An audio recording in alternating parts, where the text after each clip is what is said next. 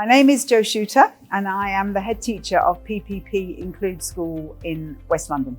Catch22 Education are a group of schools who represent and advocate for the most vulnerable and, in my view, the most entitled and deserving of the school's population. And I think this group of young people is so often forgotten.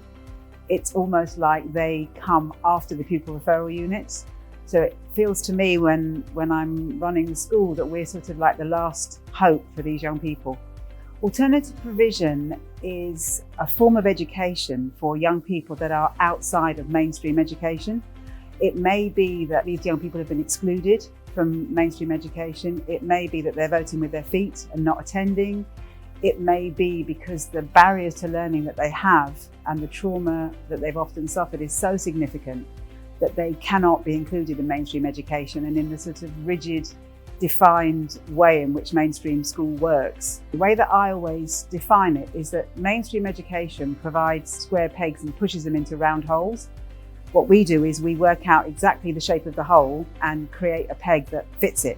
So it's about meeting need, looking and identifying barriers to educational attainment, looking at the whole child and creating an environment which reflects those things. The kind of pupils that our schools support are varied. Frequently, they're young people who are extremely vulnerable. They're young people who are desperately looking for a safe, secure, and consistent kind of environment that they have not been lucky enough to have outside of school. So we are working with the most vulnerable, the most needy, sometimes the most desperate, but in my mind, the most exceptional young people, because the resilience that they've been able to show to get to the point when they're even coming to us, to get through our doors, is fantastic. And because of that, I think that the resources that they need are significant, but completely worthwhile.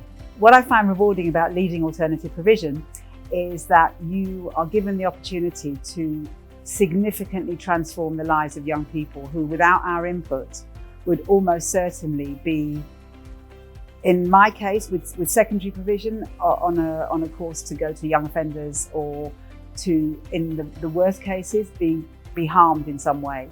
So when you see the impact that we are having on young people, when they're coming into school and they are developing these trusted relationships with the adults that become a significant part of their lives, and you see them develop into trusting, confident, competent young adults, that's amazing.